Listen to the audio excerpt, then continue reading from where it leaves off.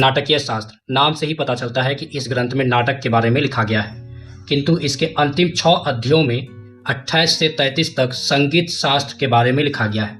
इस ग्रंथ के लेखक हैं महर्षि भरत। इस नाम के कई प्रसिद्ध व्यक्ति हो चुके हैं, किंतु नाटक शास्त्र के रचिकेता भरत अन्य भरत से अलग हैं। इनके समय के विषय में विद्वानों में मतभेद है, किंतु सभी ने 5वीं-6वीं शताब्दी के आसपास मान लिया था। भरत ने नाटकीय शास्त्र के 28वें अध्याय में वादों के प्रकार, श्रुति, स्वर, ग्राम, मूर्छना, जाति भेद तथा उनके लक्षण ग्रंथ, अंश, न्यास, उपन्यास, अल्पवत, बहुत्व, साडत्व, ओडत्व आदि पर प्रकाश डाला। 19वें अध्याय में विभिन्न प्रकार की वीणा, उनकी वादन विधि, जातियों की रसानुकूल प्रयोग का विवरण है। 30वें अध्याय में सुशील वादों का विवरण, 31वें अध्याय में कला, लय और विभिन्न तालों का विवरण दिया गया है। 32वें अध्याय में गायन वादन के गुण, ध्रुव के 5 भेद, छंद आदि तथा 33वें अध्याय में अवनद वादों का उत्पत्ति, भेद, वादन विधि, वादकों के लक्षण आदि दिए गए हैं। इस प्रकार 6 अध्यायों में 28 और 29 अध्याय बड़े महत्वपूर्ण हैं, किंतु इनके अतिरिक्त नाटकीय शास्त्र का 6वां तथा 7वां अध्याय भी संगीत के लिए बड़ा महत्वपूर्ण है, जिसमें रस से संबंधित टॉपिक पर विचार किया गया है। 6ठे अध्याय में रस के लक्षण और व्याख्या, भाव लक्षण और व्याख्या, 8 रसों का वर्णन, रस के देवता और वर्ण तथा 7वें अध्याय में भाव, विभव, अनुभव आदि का व्याख्या, अस्थायी, अभिचारी और सात्विक भावों का विवरण दिया गया है। नाटकीय शास्त्र प्रथम उपलब्ध ग्रंथ है जिनमें संगीत के आधारभूत तत्वों पर प्रकाश डाला गया है। इसके पूर्व के ग्रंथों में केवल संगीत वादों और संगीत उपामयों का उल्लेख मिलता है। यह ग्रंथ इस बात का प्रमाण है कि उस समय संगीत और नाटकीय का घनिष्ठ संबंध था, अन्यथा संगीत पर अलग रूप से विचार नहीं किया जाता।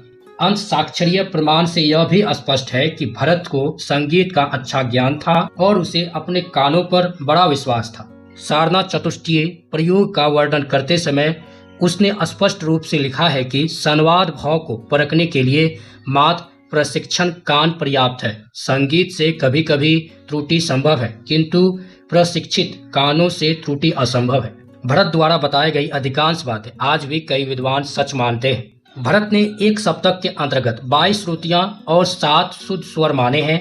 प्रत्येक स्वर को उनकी अंतिम श्रुति पर स्थापित किया है। 7 स्वरों की श्रुतियां क्रमशः इस प्रकार हैं: 4 3 2 4 4 3 2। आज भी लगभग 15 वर्षों के बाद स्वरों की इतनी ही श्रुतियां मानी जाती है। भरत ने केवल 2 विकृत स्वर माना है, अंतर गंधार और काल की निषाद। भरत के 9 स्वर इस प्रकार श्रुतियों पर स्थापित हुए: दूसरी पर काकली निषाद, 4 पर षडज, 7 पर ऋषभ, 9 पर गंधार, 11वीं पर अंतर गंधार, 13वीं पर मध्यम और 17वीं पर पंचम, 20वीं पर धेवत और 22वीं श्रुति पर निषाद स्वर स्थापित किया गया। भरत ने संवाद भाव पर बहुत बल दिया। 8 अथवा 13वीं श्रुति पर समवादी और 2 श्रुतियों पर विवादी स्वर का स्थान माना है। भरत ने मध्यम को आवश्यक स्वर माना और उसे अभिलोपी स्वर कहा। सप्तक का कोई भी स्वर जाति में वर्ज्य हो सकता है, किंतु मध्यम में नहीं।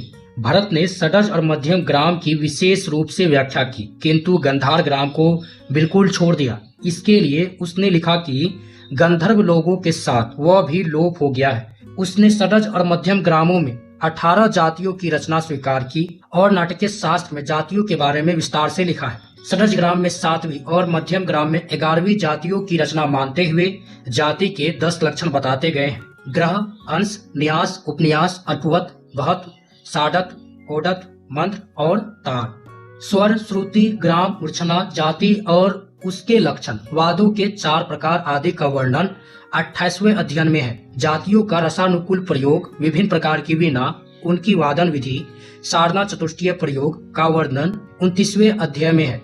सुशील वादों का वर्णन 30वें अध्याय में, कला, लय आदि विभिन्न तालों का वर्णन 31वें अध्याय में, ध्रुवा और उनके भेद, छंद, गायन वादन के गुण आदि का व्याख्या 22वें अध्याय में और अवनद वादों का वर्णन, उसके प्रकार, उत्पत्ति, वादन विधि आदि का वर्णन 33वें अध्याय में दिया गया है। इसके अतिरिक्त पिछले अध्यायों में रस भाव की व्याख्या और इनका स्वर से संबंध बताया गया है।